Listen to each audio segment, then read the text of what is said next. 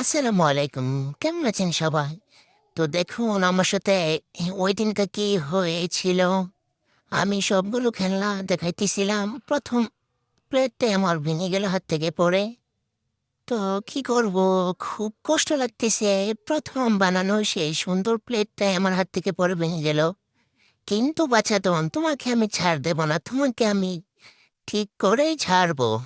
তো একটু ভিজিয়ে বানাটাই জোড়া লাগানোর চেষ্টা করতেছি। তো কি করব? এত শখের সুন্দর একটা প্লেট আমার হাত থেকে পড়ে ভেঙে গেল। দেখছেন, ভিডিও করতে গিয়ে কি সমস্যা পোহাতে হয়। জানি না আমি পারবো কি না মেনে গেছেন এই কাজ করতে। এত ধৈর্য কিভাবে করবো আল্লাহ জানে। তো কাদা দিয়ে দেখি লাগাতে পারি কিনা।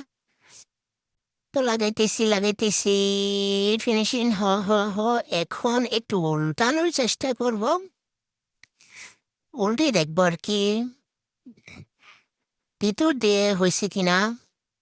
তো দেখি উল্টালে কি হয়।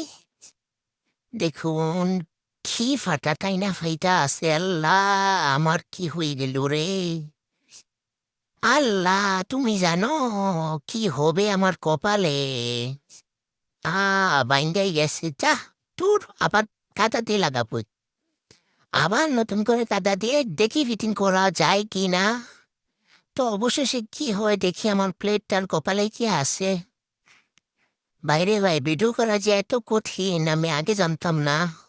মিনি কিচেন শুরু করার আগে এটা শুরু করলে কি যে হয় আল্লাহ জানে। তো দেখি শেষ পর্যন্ত কি হয়।